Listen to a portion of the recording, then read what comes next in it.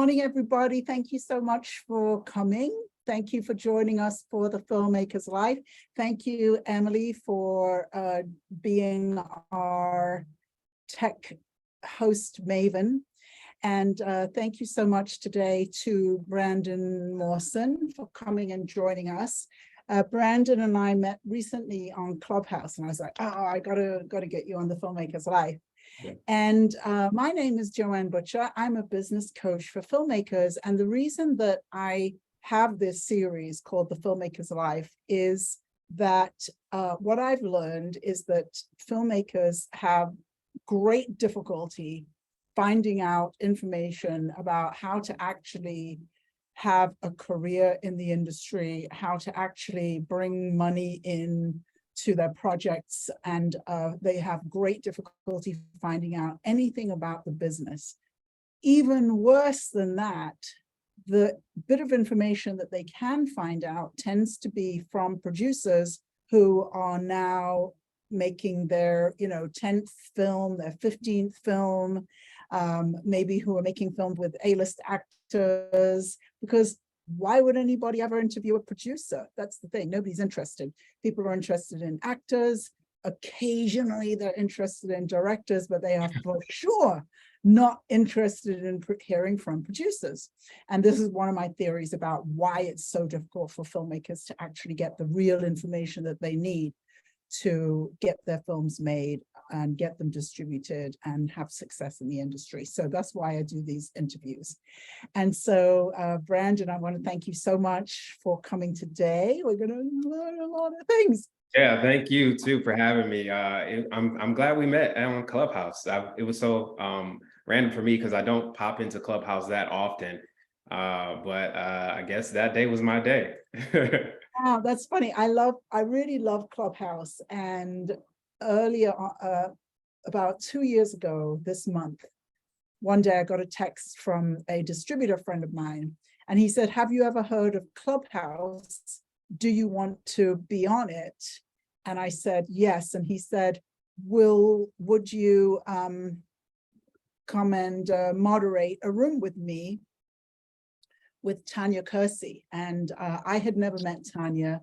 She was the only other person I ever knew who was a film business coach.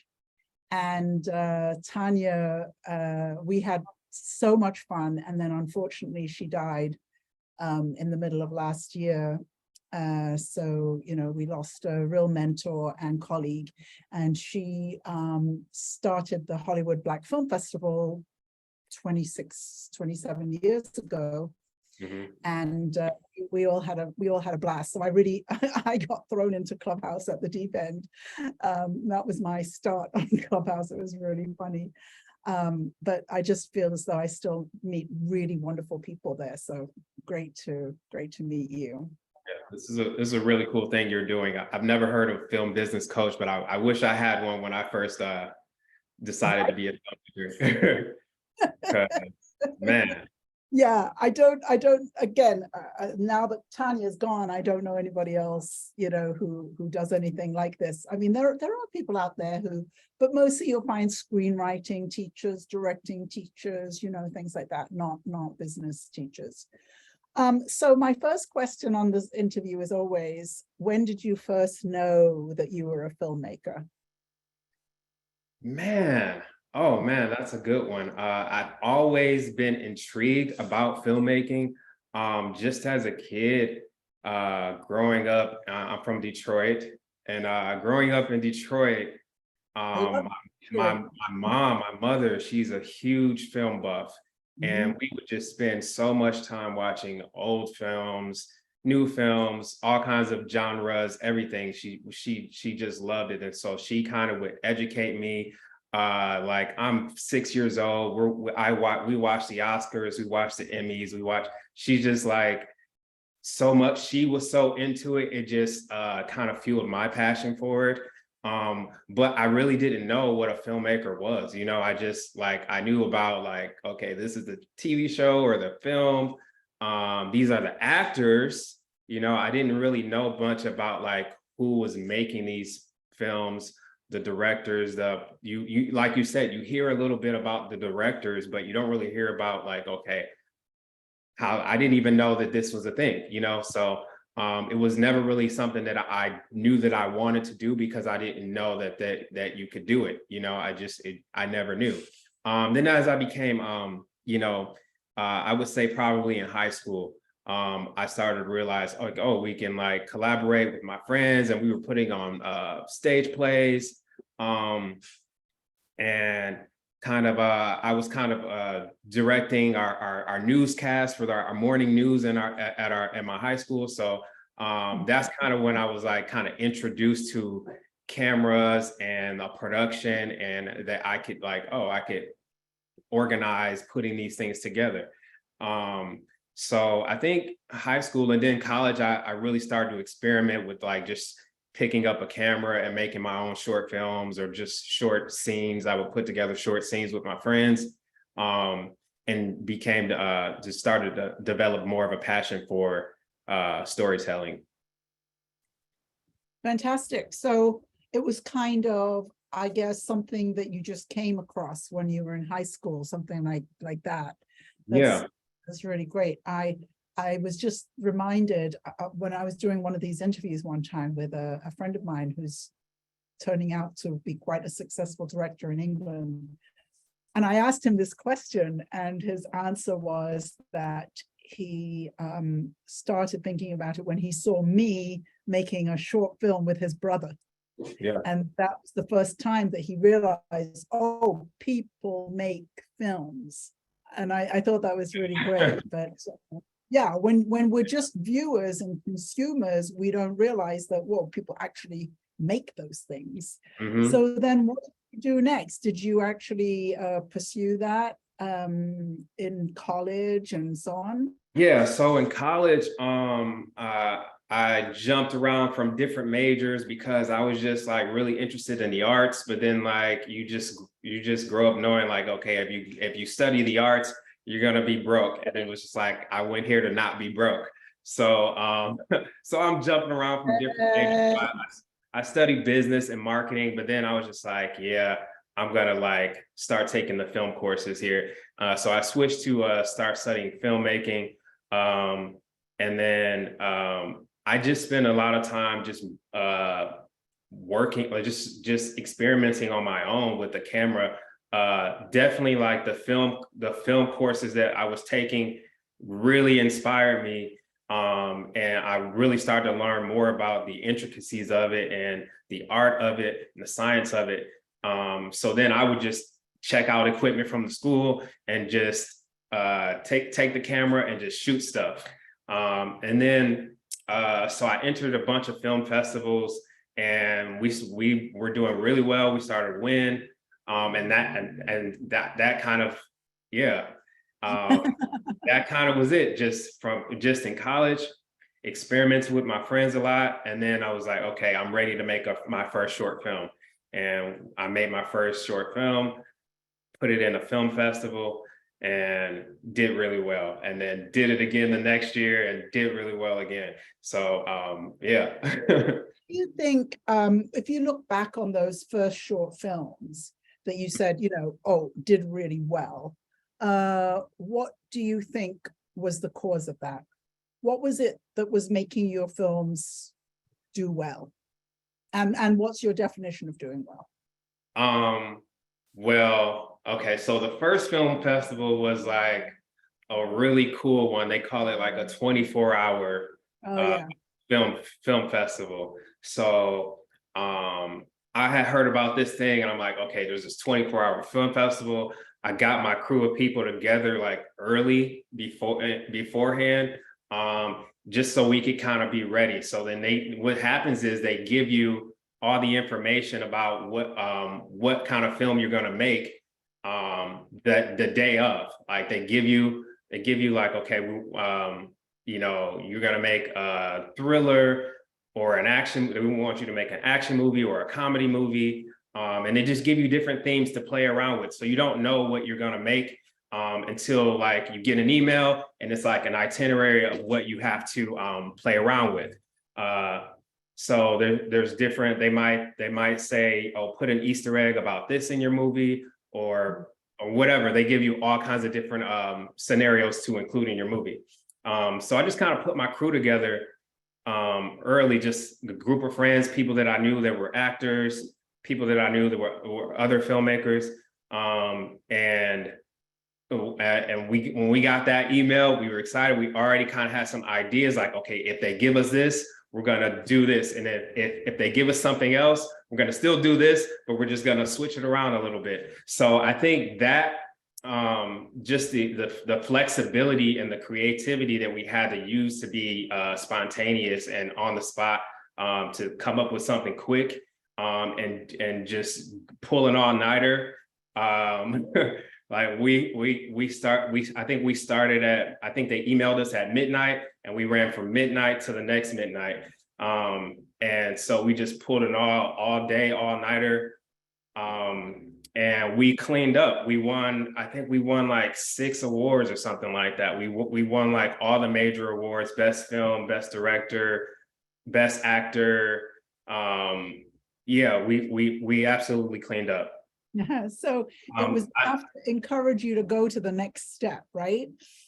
Yeah, and I would just attribute that success to the collaborativeness of it, the whole team kind of rallying around my idea that we could do this, and that was it. I think that's a huge part of filmmaking, is if you're going to be the filmmaker or the director or the writer or the producer, it's like leadership and being able to motivate other people and inspire other people that this idea is worth putting your night into, That's so. awesome.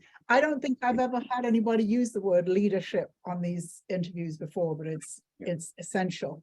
Are you still working with any of those same people from that original short film? Yeah, absolutely. One of my best friends from college.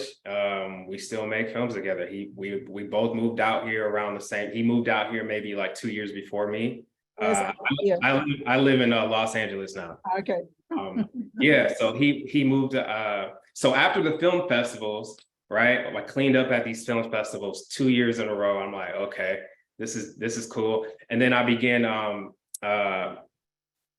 making content. I graduated from college and I'm just like making content for different brands. I was working at the state of Michigan, just doing some videography and social media work for them. And then I went to General Motors, auto company, and I was creating diversity content with General Motors. Oh, wow. That explains something to me. So, but I just want to stop you there because I don't get many people who have that kind of corporate experience. And I have a friend who's a filmmaker who has a lot of corporate experience. And what I feel as though I learned from him is that if you can handle the corporate world, you can handle anything, because it's just the certain way that they have of working that's very intense. Yeah. What did you think you learned from working for those major corporations? It's intense, and you have to be extremely detail oriented and extremely thorough. There's so many rounds of reviews and so many stakeholders that want to get approvals on your content and on your ideas every step of the way. So just being able to communicate your idea and really pitch it to people that might not even understand what the process is or what storytelling is really what you get out of that. Is because that's not their main thing. Their main thing is, they might be the marketing person, or they might just be, financials or whatever they're into. So they have their own business that they're running, but then they're relying on you to run the content side of the business. So just being able to explain yourself to people that are not well-versed in storytelling and communicate the ideas across. Yeah, that's really great. And I can't imagine a better company than to be in General Motors when you're working in Detroit. Yeah. That's great. Yeah. So what did you do after that? Yeah, I thought it was great. I'm at General Motors and I'm just like a kid from Detroit, and General Motors is like A+ in Detroit. So right. I'm like, yeah, I'm good here. And then I just decided that I didn't want to be at General Motors, that I wanted to make films.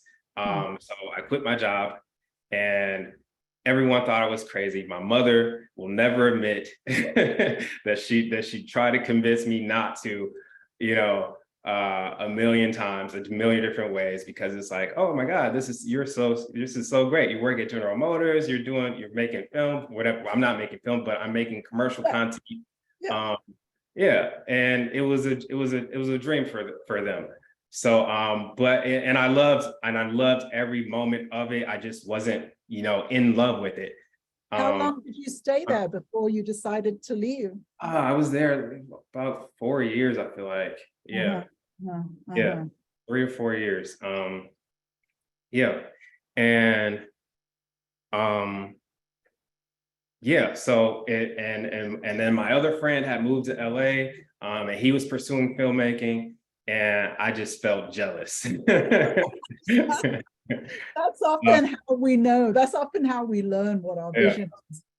When we start to look at people and be jealous and be like, yeah, yeah, in a good way, because I was in a good place, but it was a good jealous. Like I was in a good place where at GM, but I wanted to just be able to write and direct films. So I just was like, okay, if I really want to pursue this is my chance. Like I have to like try to go after this right now. So yeah, moved to Los Angeles 8 years ago. awesome. And so what happened then? Because I feel as though that's the scary part. Yeah, it was scary. But yeah, you have to sometimes just kind of face that fear, and go after it. And it's definitely been a journey. It hasn't been roses, and chocolates or anything romantic like they make it seem in Hollywood. It's not that romantic. I So think they make it seem not romantic in Hollywood. There's a lot of stories about moving to LA and things not going well. yeah, but those stories are absolutely true. Everything that happens in those stories happened to me and probably everyone that's here. Wow. So how Yeah. did you manage in your first couple of years? What did you find yourself doing? Oh man. So I was still creating content. Like even today, I still work with corporate. I produce commercials at Amazon, Mm. or social content for Amazon. Um, when I'm not doing filmmaking. So I've been freelancing, contracted on a bunch of different gigs. And when I first got here, I was able to use just my marketing experience and my content creation experience to kind of as just going to different events and networking with people, and giving them my background and my experience. A lot of people wanted to partner with me or contract me to help with their brand, because I had a lot of brand marketing, content marketing experience. Right. So I was able to just freelance, get freelance contracts to pay my bills. Pay the bills. Yeah, Yeah. that's great. And So and the I PA'd on sets, and I did got different jobs just to be on set. I would just love to get on sets a lot. So that experience of just being a PA on set, and learning the different positions on the set, and then going from PA to being an AD. And so I would AD a lot. Mm, Yeah. that's interesting. I think that's the position that is to me, it seems, I think a lot of people think, oh, the AD is the next step to being the director. But I think that the AD is really the next step is being the producer. Yeah. Right? Because the AD is the one that, well, especially if you're, say, a first-time director, that you get to rely on this person that is taking care of, all the logistics so that you can actually direct. But that first AD is such a key role. But I know anybody who can be a first AD is somebody you can rely on. Yes. Yeah. So I've Like AD'd a lot. person. Yeah. And to get promoted from PA to first AD is the same thing.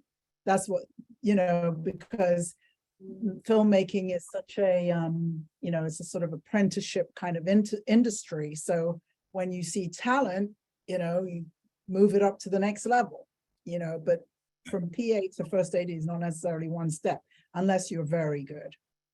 Yeah. Right. No, it wasn't necessarily one step, but I think because I had so experience just being on set, I was really fast learning. I was just getting on as many sets as I can, and kind of just learned all the positions. I've done maybe any position you can think of, because I was a cinematographer at one point, like as a camera operator. And I learned that, camera operating was not my passion, but I know how to do it if I need to do it. So I just use that skill so I can just pick up a camera and I continue to create content on my own as I'm freelancing. So I would just get my friends together, have a lot of social media influencers. I would get them together and create content with them. That's interesting. Make Yeah. short films or make short scenes and put these things together while I'm still learning the rest of production life and producing. Right. When did it, actually, no, let me ask you a question about the influencer thing. So that sounds like a very smart move to work with influencers and make content with them. Is that something that you're still doing? Do you still work with influencers, and how did you find them? How did you start that? Yeah, absolutely. That's something that I'm still doing. And one of the first things that I did when I got here, and it's really helped me to make a lot of connections and just network with a lot of people. So when I first got here, a friend of my friend who I went to school with, he moved out here. And then he introduced me to an influencer. This was back when Vine, I don't know if you guys are familiar with Vine. Vine was really a thing. And then all the influencers were kind of transitioning from Vine to YouTube and Instagram. So I met an influencer with maybe the first time I ever came here, the second time that I ever came here to visit. So I came to Los Angeles to visit. I met an influencer. He was really had millions on Vine. And so the thing about influencers on Vine back then, they all got really famous by just kind of doing this for 5, 7, I think it was 7 seconds. They weren't really telling any stories. They didn't really have content creation, skill set. So they just got really famous by doing goofy stuff on Vine for 7 seconds. Right. So so my pitch to them when I would meet influencers was hey, this is really cool. You have a nice platform. I'm a filmmaker, storyteller. I want to help you guys tell bigger stories than what you're telling in 7 seconds. So when they were transitioning, it was just a perfect storm kind of, because they were trying to transition to YouTube, which is a longer format platform. And they really didn't know how to make longer things, that there hadn't been really many people doing it yet. So this is kind of the beginning of YouTube when creators are really starting to make comedy content on YouTube. So I really got into comedy content just because those are the people that I was partnering with. So I kind of partner with the influencers. I'll write your scenes, I'll shoot them, I'll edit them. Because for me, I needed the practice of writing and directing and producing these things, and they just needed content. So we would partner on this content, and that's how I got into YouTube. That's great, because I know people used to, I don't know about anymore, but anyway, people used to make jokes, say, about Twitter, and the 142 characters, is it? But I think what people don't realize is that when you have a limitation, whether it's 7 seconds, 142 characters, no budget, these are all limitations that allow for more creativity, and then the way people could fall apart switching to YouTube is that then it can just make anything as long as, and Yeah. it'd be terrible, right? So Yeah. what a great pitch. I loved hearing your pitch. Thanks for doing that. That was awesome. Yeah. So so then what happened next? Now you're working for influencers and creating content and first ADing on sets. Yeah, I'm doing all of that. Right. Creating content with influencers, first ADing on sets. Just getting on set is anytime that I can is was really powerful for my growth. Just learning intricacies of how it works and the dynamics and and what each role is and how each person plays a part and how the collaboration of everyone working together on it. Like you learn that in school, but you really learn it when you're on the set. So I use those experiences, and then I just working with influencers and creating my own content just inspired me to make a film, to write films. And so I just the network that I built through that allowed me the opportunities to become a producer on films and a co-producer or an associate producer or whatever, partnering with different people that were making films, continuing. Just for me, it was continued education. Right. And so I said though, right? I said when you get the job of the first AD, that's the step to a producer, because that's the person who can handle things like that. You, as a filmmaker, you need somebody who can handle stuff. So that's the first AD, then it's the producer. So as when you were in that period where you were being a producer, a co-producer, an assistant producer, this is, you don't have to answer this question if you don't like, but did people pay you for that, or were you being given points on the back end when you were doing all of that work? No, yeah, I was paid. I was paid. Okay. That's great. And people hired you, I'm sure, to get shit done. Yeah, absolutely. just hired to get shit done. There's a lot of things that they need to get done on a production that you don't really think about, and it's like producers and the producing team needs all the help they can get. So there's a bunch of different people that play a part in helping get that done, and just working closely with other producers and other ADs, kind of learning what they do and what their processes are, help me to continue to grow. And then so I'm working with the influencers, and influencers are one influencer in particular. One of the first one that I met, this is years later down the line, he's like, okay, I want to make a film. So he's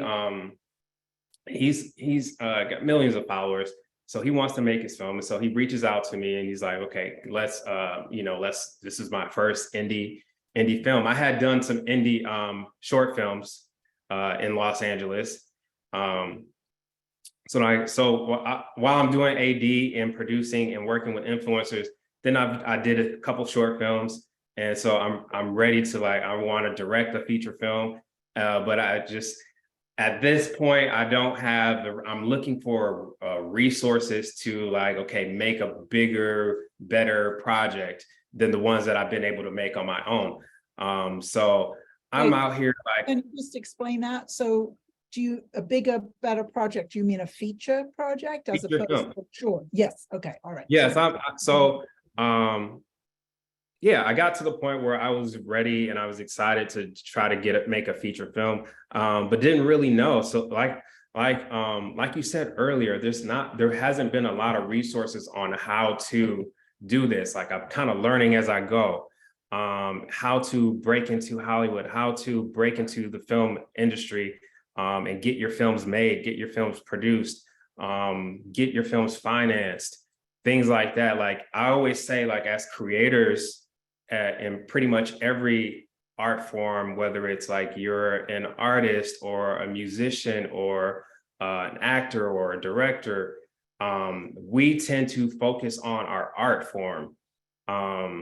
We put so much emphasis on, oh, I want to make the best piece of art that I can, and when we have no idea of what the business of that entails. And we're one of the only, not the only industry, but yeah, as artists, as artists and creatives, we're the only ones that kind of look at things without looking at the business side of it. Like we're in show business, but we focus on the show part. And many of us have no idea what the business part of it even means or what it entails. That's why I said, I wish I had a film business coach when I first started this thing, because it hasn't been romantic. I might tell the story like it sounds romantic, but it hasn't been. It's been a lot of rejection, and a lot of disappointment. So yeah, I'm not sure that having a coach prevents the rejection. yeah, but one of my clients, the information. yes, one of my clients said that I had saved him 7 years of his life, and I don't quite know why he came up with the number 7, right? But so, and that I can see, because when you don't have any kind of guide or mentor, then you can spend years and years and years spinning your wheels. Right. And what I find is that filmmakers are so talented and so creative, and then they put all this energy into going down the wrong path. Absolutely. And it's not because they're stupid, it's because they've been told the wrong path. Like I was saying at the beginning, that the only producers that you ever get to hear are probably on their 10th movie.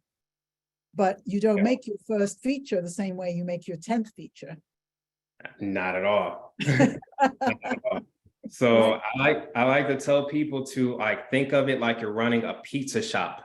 Like if you're running a pizza shop, you don't just say like, oh, I'm going to take my grandma's recipe and I'm going to make the most delicious pizza in the world, and then that's going to be it. Like, no, you got to research, and you got to figure out who's my competitors around the corner. You got to figure out, okay, what do the people kind of want with their pizza? Do they want the thick crust, or they want the thin crust? Or, you got to figure out okay, who am I selling this pizza to? Do some marketing and research, figure out what the numbers are. How, if am I going to be profitable? Is this pizza you have to do so much kind of business research. You don't just focus on making the best recipe that your grandma, came up with. It's more than that. So as filmmakers, we focus on the recipe, oh, my film is so good that everyone's going to love it. It just doesn't work. It's that secret tarragon that I have in there. That's the secret. Yeah. Funny, Brandon, I just finished writing a book, and I use the example of an ice cream shop. And I've never I use ice cream shop, and I say, what filmmakers do is they say, you've tasted my ice cream. It's the best ice cream you've ever tasted, right? And then the potential investor goes, and they go, no, it's the best ice cream. Yeah. But what are the numbers? I haven't thought about numbers, Yeah. So yeah, I'm glad you used that analogy too. That's good. We're on the same page. But yeah, I wish I had to learn that first. I wish I had to learn first, and then so I learned how to make great wet recipes, and I didn't learn the business. So yeah, I don't know where I was at or where I was going with that. We were talking about pizza and ice cream, and you were thinking, well, I want to make my first feature film, but where am I going to find the resources for that? So that's So I was with an influencer, and so we shot a teaser, and put together a pitch deck, and we're like, okay, we'll just show this, and everyone's gonna love it, and we'll just someone will give us money because you have millions of followers, and we wrote a good treatment, and we shot a good teaser, and they'll love it. So and I have this film, and I have another film, and I'm just kind of shopping to different people, showing it to everyone that I've ever met, and seeing if they can introduce me to someone at Disney that's gonna green light me, and it doesn't necessarily work that way, right? So after years and years of rejection, trying to pitch things to different networks and different studios, we decided that, wait, we've already been making content for years on our own. We can just like, can make a feature film on our own. And that's what we did. So the first feature film, well, this wasn't even the first, but this was the first one that we had. It took us a while to get there, and then we switched gears and then went to a different project. And I started producing other projects, and then he came back to me and was like, okay, I got a new one. Let's make this one. So we made this one. So it wasn't my first one, but it was the first one that got me started, into the whole business side of it, where I'm like, okay, I have to refocus my energy and figure out the business side of it. And so when that came back around, and we ended up making that years later. But yeah, that was it. One of the another creator that I was working with, she had a story that she wanted to tell about her friend, a domestic violence non-survivor, but a friend of hers was in a relationship, and she wanted to tell the story about it in the film. So we sat down, we wrote this film, and that was the first film that I produced and directed myself. And we were able to just raise the funds and produce it with our own resources. And what was that film called? That's Another Love Story. Okay. And that's a pretty serious topic. Yes. The conversations that come out of after every time we screen that film, the conversations that are had are so powerful. And man, yeah, the people are just touched that we told that story, and have so much to say about experiences that they have experienced, or people that they know that have experienced that. And yeah, so I'm very happy and very proud that the first film that I made was about that, because it affected so many people. I still every day get people that reach out to me about that film, and just different. Is it possible for people to see that film? Is that possible? Yeah, that film, the distribution is tricky. So that film, it was on Amazon and Apple TV, but now it's not on there anymore. And so I'm looking to get it back up on different platforms, but I have it right now on a platform, Vudu. Oh, yeah. And so that's where it is right now. Okay, great. And so that was your first real feature film. That was a feature film I directed, the first feater film that I directed. Right. Congratulations. It sounds like a really significant film. I wanted to ask, now it just flew out of my head. So on that film, it's really interesting when I talk to filmmakers, and there's kind of a half a sentence that says something like, so then we raised the money, and then it's like, what happened? How did you do that? How did you raise the money for Another Love Story? So we tried for about a year or so. We were trying, at first, originally, I wasn't going to direct it or even write it. I was just going to produce it.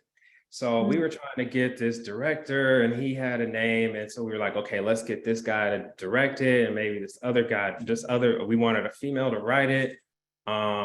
So I reached out to a couple of female writers that I knew, and it wasn't working out. Like, I had one person on it, and I thought it was going to work out, but then she was like, it was kind of too close to home for her. So then she tapped out of it, because it was just like bringing up old emotions.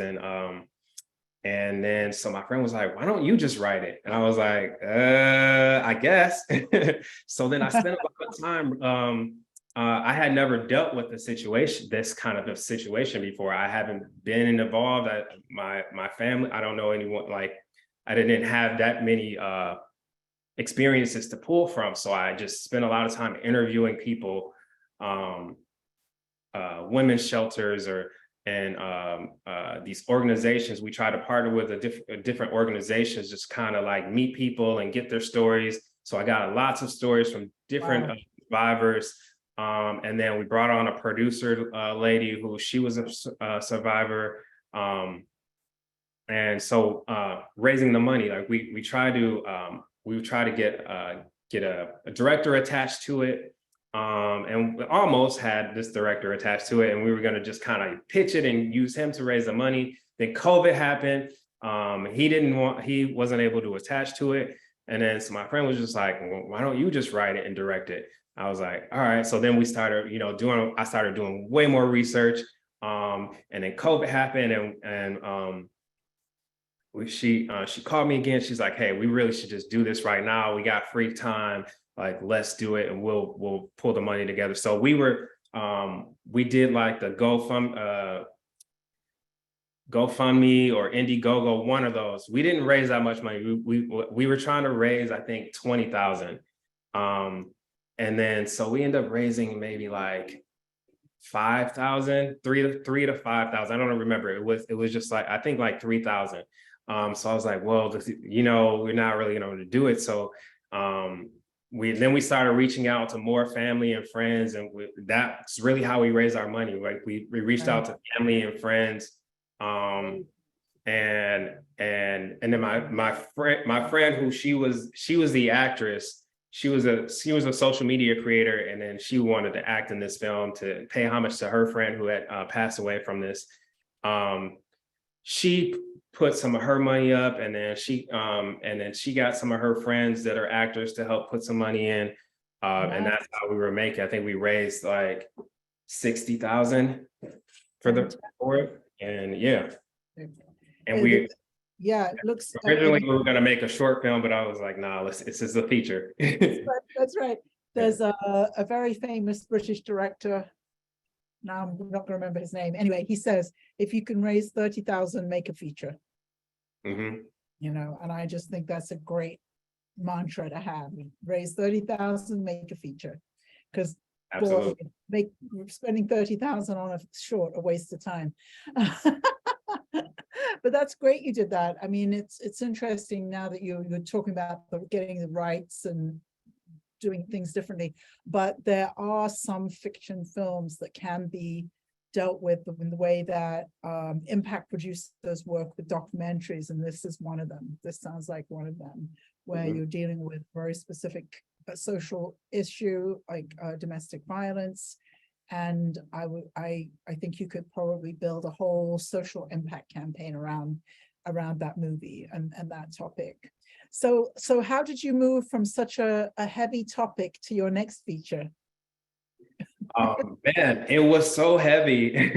It was so heavy. And I was ready to just do something fun and bright and light and family friendly and family oriented.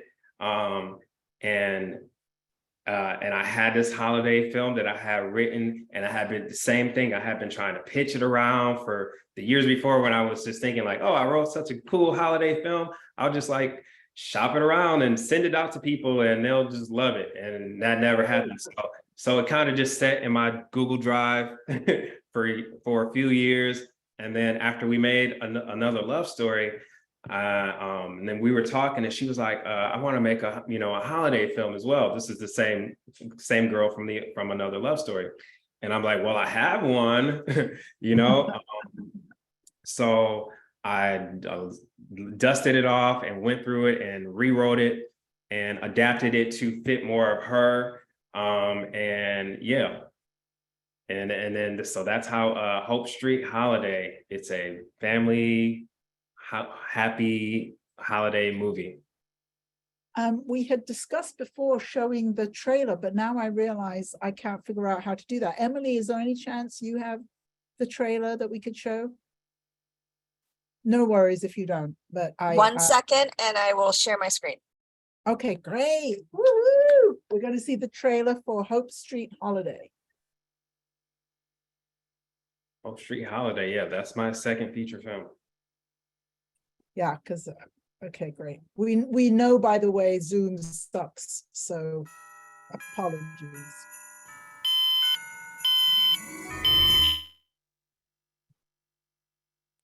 Yeah, that's it. Oh, it's a little frozen, but yeah, that's it. That's it. That may be it. That may be all we get to see. I think that's going to be all we get to see, Emily. We tried. Zoom Yeah, sucked. check it out. I always say, I don't show, it seems stupid that I interview filmmakers and we don't show video, but that's why. But yeah, that's on Amazon and Apple TV right now. So check that out if you get a chance. So the thing that struck me when I saw Hope Street Holiday was that there's such an incredible diversity in the characters, and I thought it was just fabulous.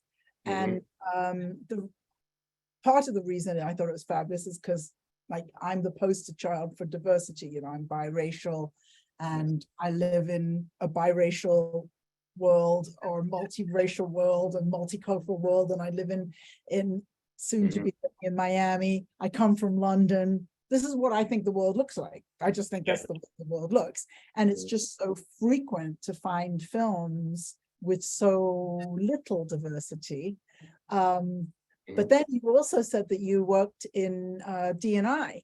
I think it was at General Motors, was it? Or one of those stations. Yes. So how did you come to tell a story with such a very wide diversity in your characters?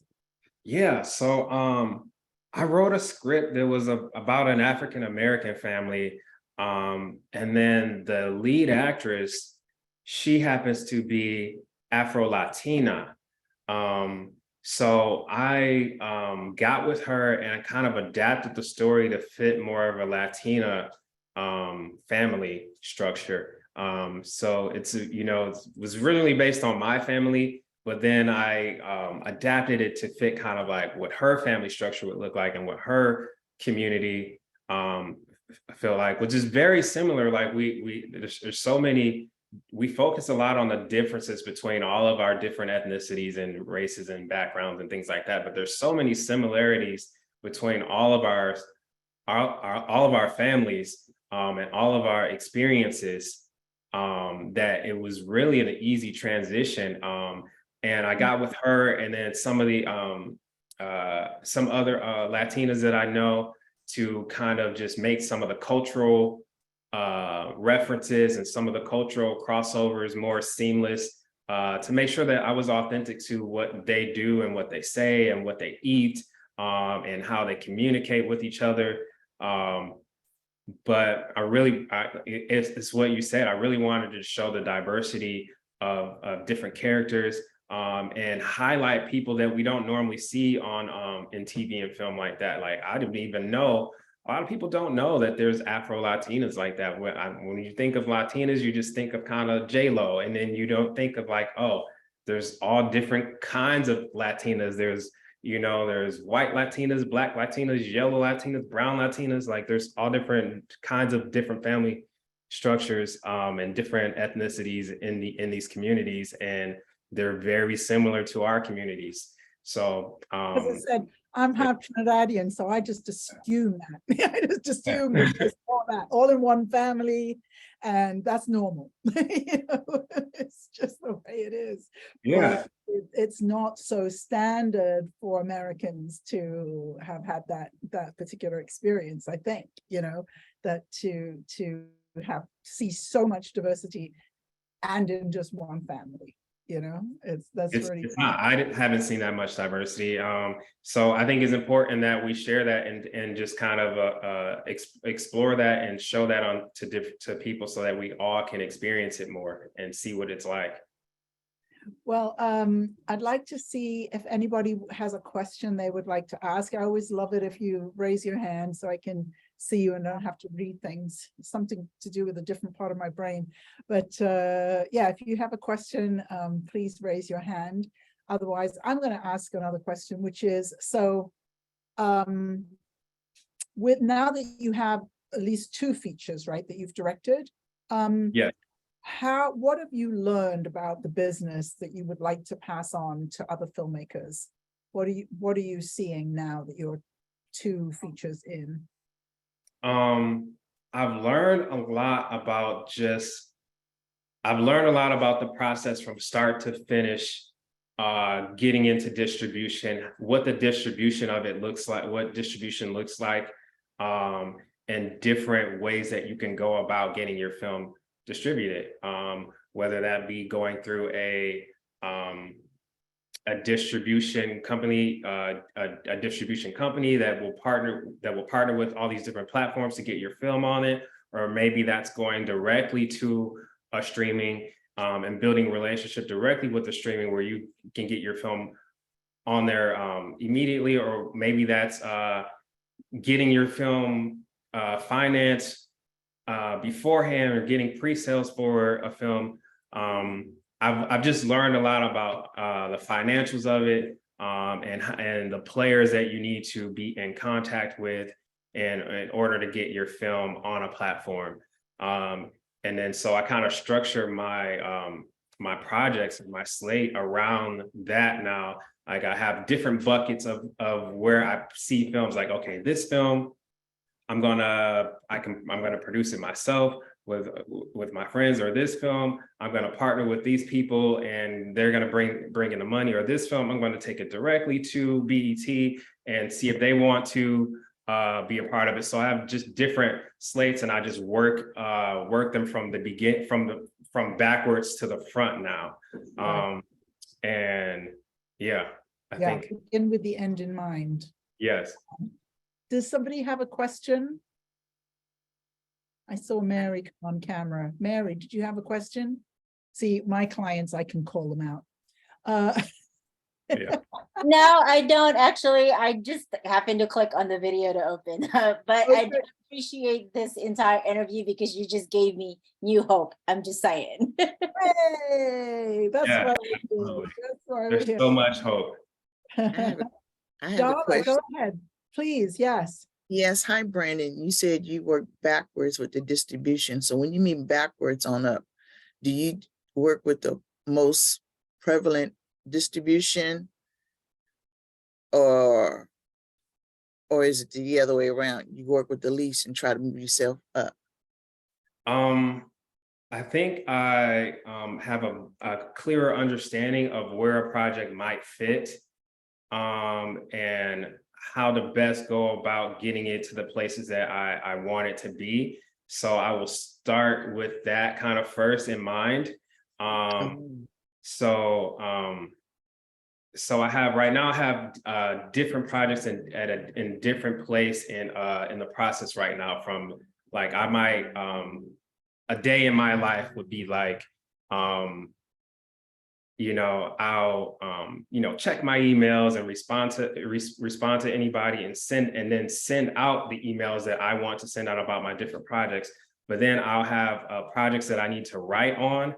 So I'll start with you know, when I wake up from fresh with ideas, and so the projects that I need to write on, I will start writing on. The projects that are already been written, they're kind of in development, I'll try to figure out, like, okay, based on where I see it going, do I want to attach certain actor or certain director to it, or do I want to direct it? Do I want to produce it with actors that I know, and kind of package it together to pitch to maybe a Mahogany, or maybe a BET, or an All Black, or whatever. Do I want to package it together and try to pitch it to them, or do I want to just kind of package it together to where we produce it with my in-house team?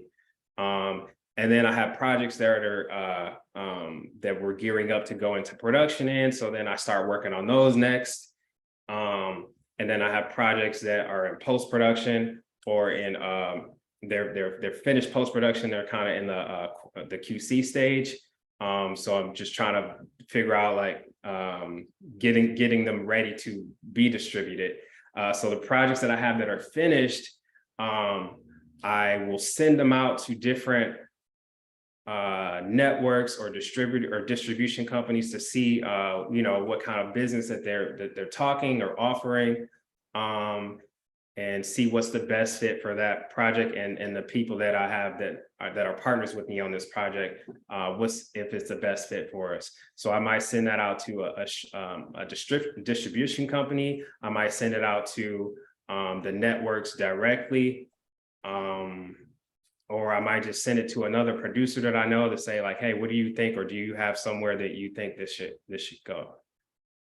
Oh, okay. So you you do get your distribution deals before you start getting the funding, before you start filming?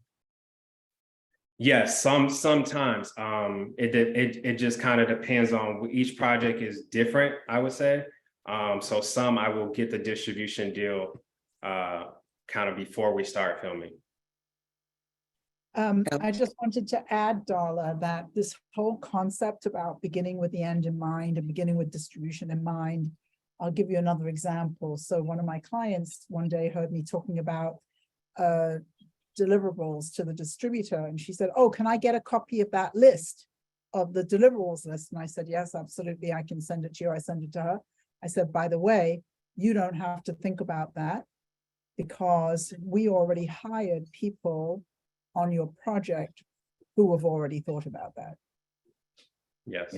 So when you are beginning with the end in mind and you're always working from distribution first, then you're setting everything up in your project management, if you want to think of it like that, designed to end up with distribution, if that helps. Yeah. Okay, yeah. It's So a lot that's of what I'm gonna project, a lot of switch. project management for sure. Yeah.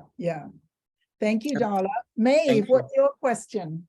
Hi, thanks for coming, Brandon. It's Hi. nice to meet you.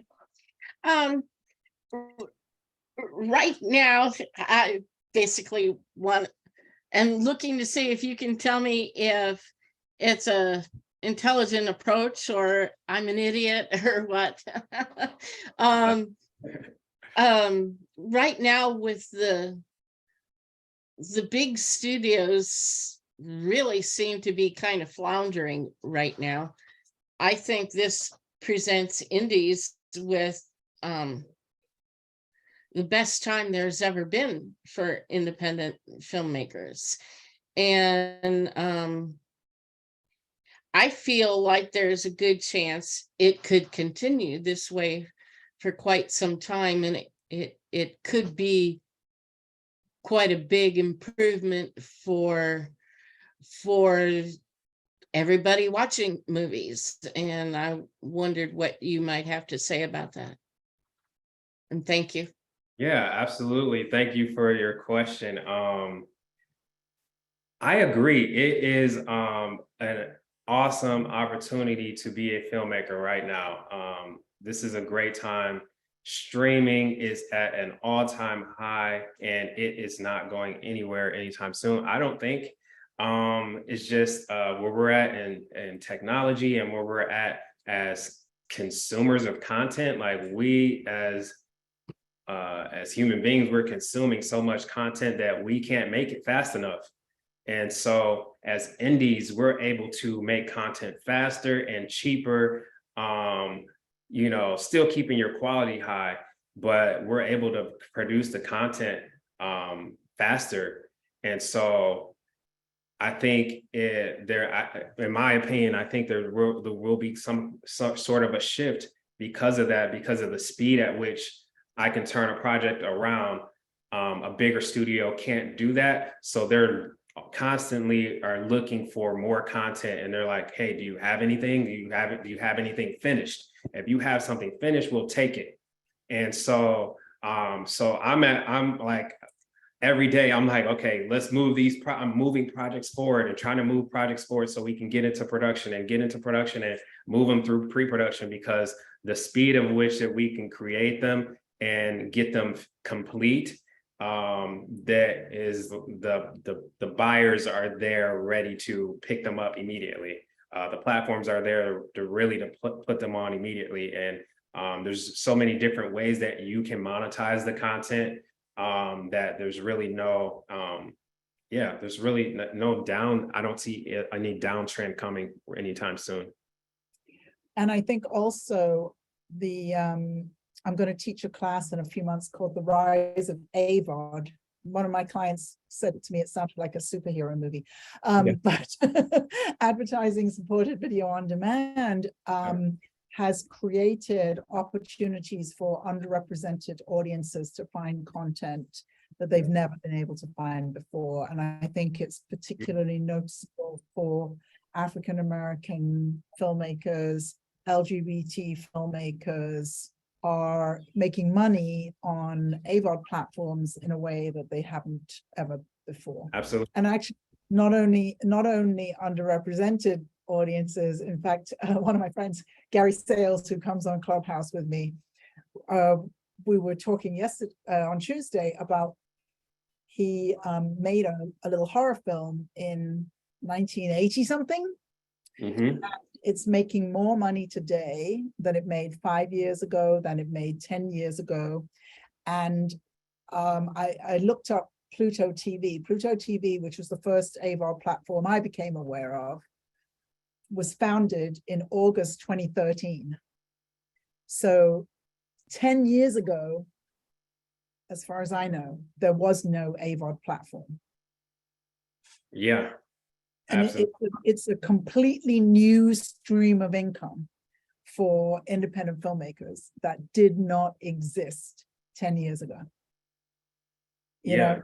And even 5 years ago, or 6 years ago, I feel like it wasn't, it existed, but it wasn't, well, I didn't have access to the way that I do now. So the way that I do now, we're just like, okay, let's make more films, like, and monetizing our old films, like you said, he's monetizing an old film, which we are too now. Like, I have a couple people that I partner with, and it's just like, oh, like we have this old film that we never had anywhere to put it before because we didn't have access to put it anywhere. But now, and the people that are in it have grown now, and then like now the actors are at a different level than they were 5 years ago. So now I have a way to monetize this film that I didn't before.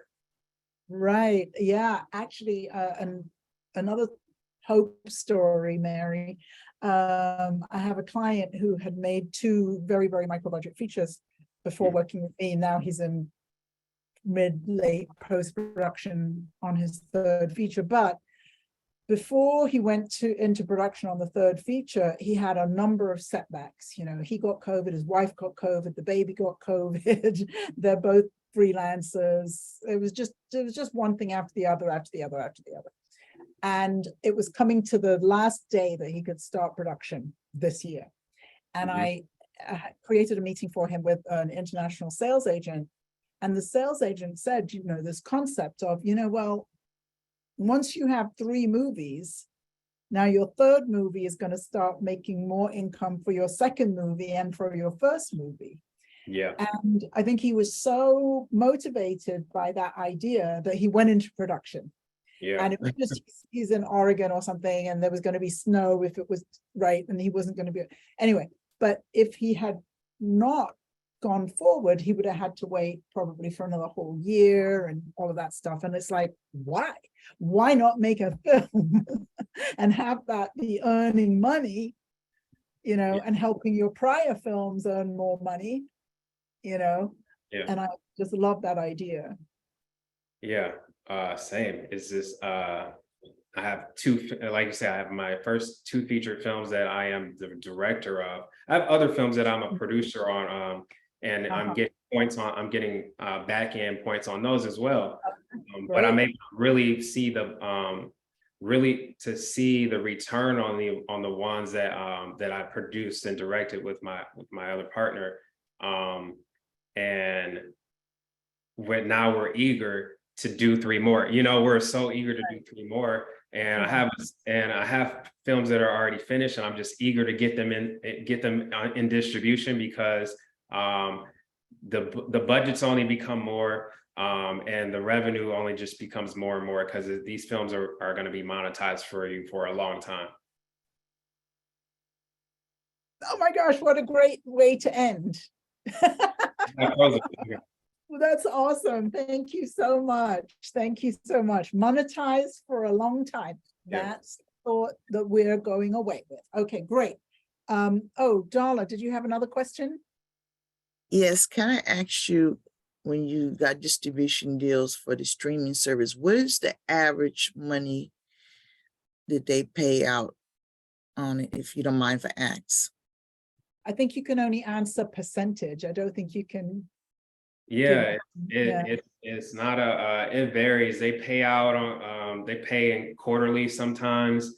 but it just kind of varies. You go through a platform and it depends on how that platform works and how the deal is structured and the percentages. So it's not really an average. It kind of varies. Dollar, that would be the equivalent of saying, how much is it to buy a car? Do you get what I'm saying? Yeah. Right? Because there's so many different types of cars.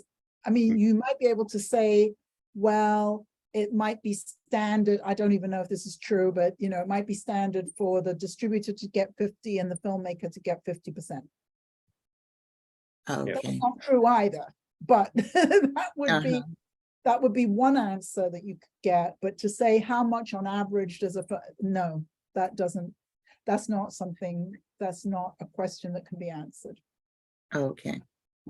Yeah. There's a Kia and then there's a Ferrari.